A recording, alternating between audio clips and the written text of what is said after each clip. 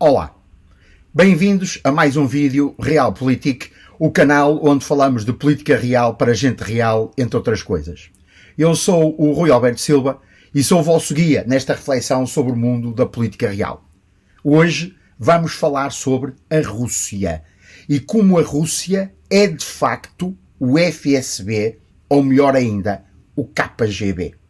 E com isto quero também apresentar-vos o meu novo e-book, a que chamei precisamente Rússia, a máscara do KGB, e que faço uma análise de como o Estado russo se tornou uma máscara de uma organização, dos seus interesses e principalmente dos seus dirigentes.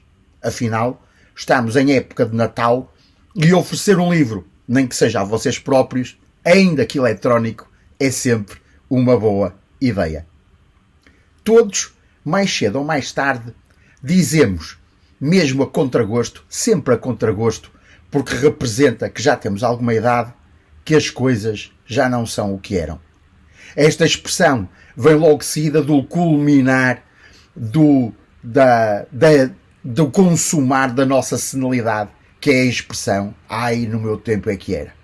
De facto, quando comecei a interessar-me pela política e a estudar política e quase por consequência inteligência e informações, eram os Estados que dominavam as suas instituições. Era muito simples. As instituições que compunham o Estado estavam ao serviço deste mesmo Estado, entenda-se, em realpolitik, da sua classe dirigente. Isto era verdade tanto nas democracias como nas ditaduras.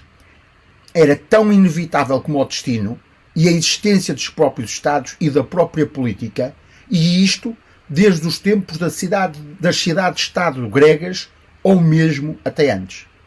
Nas democracias, através de vários processos, mecanismos e leis, sempre se tentou que essa subserviência das instituições ao Estado fosse algo de salutar, de benéfico, que tudo e todos, muito em especial quem estava sob o controle e financiamento do país, logo do dinheiro do povo, contribuísse para o seu bem-estar, para a sua segurança, para o progresso e, fundamentalmente, estivesse ao serviço do povo, da população. Gosto, particularmente, da expressão britânica para definir o que em português se chama de funcionário público. Em inglês diz public servant, isto é, servidor público, e a expressão faz todo sentido. Quem trabalha para o Estado é um servidor do povo, do público, e essa é a sua única e exclusiva função, conforme as competências, incumbências, cargos e postos de cada um. Nas democracias tentou-se também, e em simultâneo, evitar a todo custo que quem exerce o governo, quem detém o poder, mesmo eleito por sufrágio direto e universal, não tirasse benefício dessa posição e, por consequência, pusesse as instituições do Estado a trabalhar para a classe dirigente. Uma luta hercúlea e inglória, repleta de muitos fracassos e poucos sucessos, mas que ao menos é travada e suscetível de ser escrutinada, investigada, denunciada, por vezes demasiado tarde, mas as coisas são o que são e não há sistemas perfeitos. Digo, muitas vezes, que a justiça é mais feita pela história do que pelos tribunais. E muitas vezes, assim é no que diz respeito aos abusos e desmandos de quem nas democracias se serviu do Estado e das suas instituições, não para servir, mas para ser servido. Esta justiça que a história se encarrega de executar e que no fundo é a verdadeira justiça, tanto se aplica aos bons como aos maus, aos abusadores, mas também aos servidores, aos criminosos, mas também aos nossos heróis. Nas ditaduras, nas oligarquias, nas tiranias, as coisas eram mais simples e claras. As instituições do Estado trabalhavam e contribuíam ativamente para a manutenção, preservação e proteção das classes dirigentes daquilo que nós chamamos o status quo. Não havia qualquer tipo de dúvidas. Sempre assim foi. Em ambos os casos, democracias e ditaduras, claro que uma das instituições do Estado que sempre estiveram sob permanente e intenso escrutínio público, interno e ou externo, foram os serviços de informação e segurança, a que normalmente nós chamamos de serviços secretos. Pela sua natureza de recolher informação sensível para a segurança e interesse dos Estados, pelo seu esforço de, mesmo quando não conseguem ser secretos, pelo menos serem discretos, e esse poder de esconder informação do público e mais, o poder de, por lei, ao colocar o carimbo de secreto ou ultra secreto, manter essa informação fora do olhar público legalmente, faz com que nunca se tenham conseguido livrar de fortes suspeitas de serem o braço secreto e oculto do poder e de estarem ao serviço desse mesmo poder e de quem o detém. Claro que a confirmação quase constante de que assim foi e é, mesmo nas democracias, contribuiu muito para que a opinião pública consolidasse essa ideia e essa imagem. A ficção, os livros, mas em especial os filmes, em que desde a CIA até ao MI6, ao MI5, passando pela Mossad, os serviços secretos são sempre chamados, sempre que o poder político tem algo de delicado a resolver e que não quer olhar a meios para atingir fins, cimentou a imagem que esses serviços estão ao serviço do poder e não propriamente ao serviço do Estado, pelo menos no sentido restrito do termo.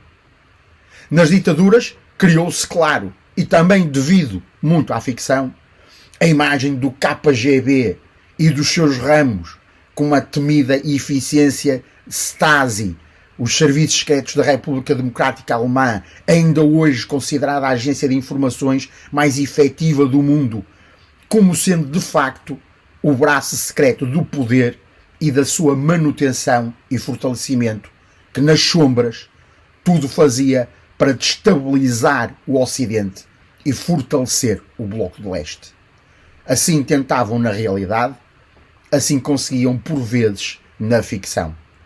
Curioso que o William Fleming e o John le Carré fizeram mais pela imagem que a opinião pública tem dos serviços de informação e segurança que todos os Estados de todo o mundo fizeram ao longo de quase um século. Grandes esses dois autores.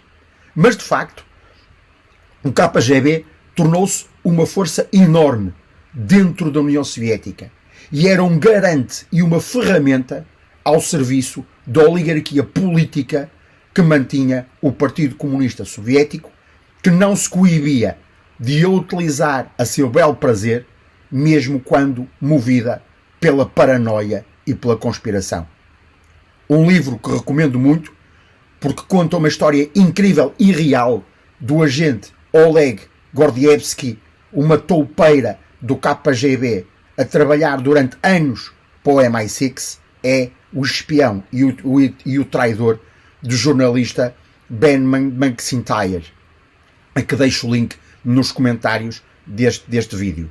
Mas para além da incrível história de como o coronel Gordievsky espiou durante décadas para os britânicos desde o centro do KGB, o fantástico deste livro é dar-nos uma perspectiva real, clara e límpida do que era de facto o KGB, como pensavam os seus dirigentes, qual era a sua mecânica e ao ponto a que chegou a paranoia e o espírito conspirativo em que, por vezes, o comitê perseguia inimigos por ele próprio criados, por isso, ou inexistentes, ou então com capacidades e intenções bem menos maléficas do que lhes era atribuído. Uma dessas paranoias como diz no livro, quase que nos conduziu efetivamente à Terceira Guerra Mundial. Foi precisamente a leitura desse livro, neste último verão, e de outro, que também recomendo, de Marg Galeotti, que é o livro Temos de Falar sobre Putin, Razões do Mal Entendido, que também deixo o link nos comentários do livro, que me deu a ideia de começar a escrever este ensaio. Porque, quando termina a União Soviética e se dá a reformulação do KGB, que se transforma em dois ramos, no FSB e no SVR, dá-se um fenómeno único e nunca visto no mundo da política e dos serviços e agências de inteligência. A peça começou a dominar a máquina.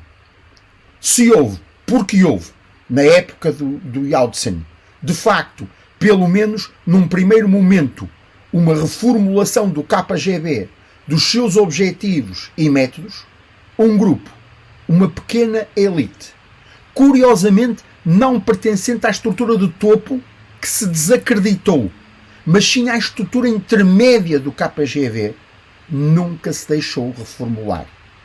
Um grupo que dentro do FSB continuou a ser o KGB assumida e inteiramente.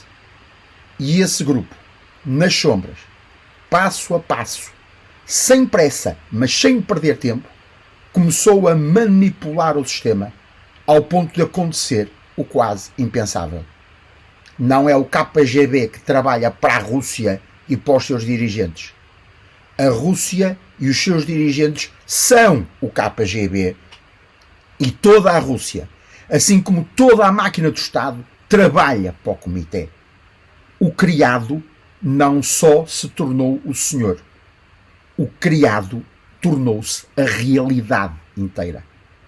Por isso, o título deste trabalho, ou como lhe queiram chamar, que fui escrevendo ao longo de 3 meses, porque a Rússia, toda a Rússia, enquanto Estado, enquanto nação, enquanto função pública, enquanto relações externas, é de facto o KGB, os seus dirigentes e os seus protegidos. E esse grupo de São Petersburgo, a que chamei Gangland Petersburgo, o termo não é meu, um pouco na brincadeira, mas muito a sério, com Vladimir Putin no poder, que não passavam de quadros médios e até um pouco irrelevantes e ostracizados dentro da estrutura do KGB, controlam agora a Rússia e toda a sua influência. Um Estado controlado e gerido por espiões, formado nas academias mais eficazes, mas também com menos escrúpulos que o mundo alguma vez conheceu, é algo que nos deve assustar a todos. Porque é isso que todos estamos a enfrentar. E é precisamente isso que acho, muito sinceramente, que muitos, incluindo a nossa classe política, ainda não entendeu. E como dizia Sun Tzu, na magistral obra A Arte da Guerra, a primeira condição para vencer o inimigo é conhecê-lo. Eu, com este e-book, quis simplesmente dar precisamente um contributo, por minúsculo que seja, para que todos nós, em especial para quem não estuda e investiga este género de assuntos, possa, de um modo rápido, curto, claro e conciso, saber de facto no que a Rússia se tornou, como funciona e o que podemos esperar desta nova realidade, que ao contrário do que muitos se querem autoconvencer, está aqui para ficar, durar e perdurar e interferir com a vida de todos nós, se mais não for com a nossa carteira. Com Putin ou sem Putin, mas será com Putin. Porque um dia, vos garanto, todos teremos saudades dele. O e-book está à venda por um preço quase simbólico no Hotmart. Podem aceder pelo link. Espero que o comprem, que vos seja útil e que também gostem. O link está nos comentários, como já disse. Não se esqueçam de subscrever o canal se ainda não o fizeram e se gostaram do vídeo, pôr um like que ajuda imenso a promoção do canal. E assim sendo, até para a semana. Como sempre, foi um gosto estar convosco.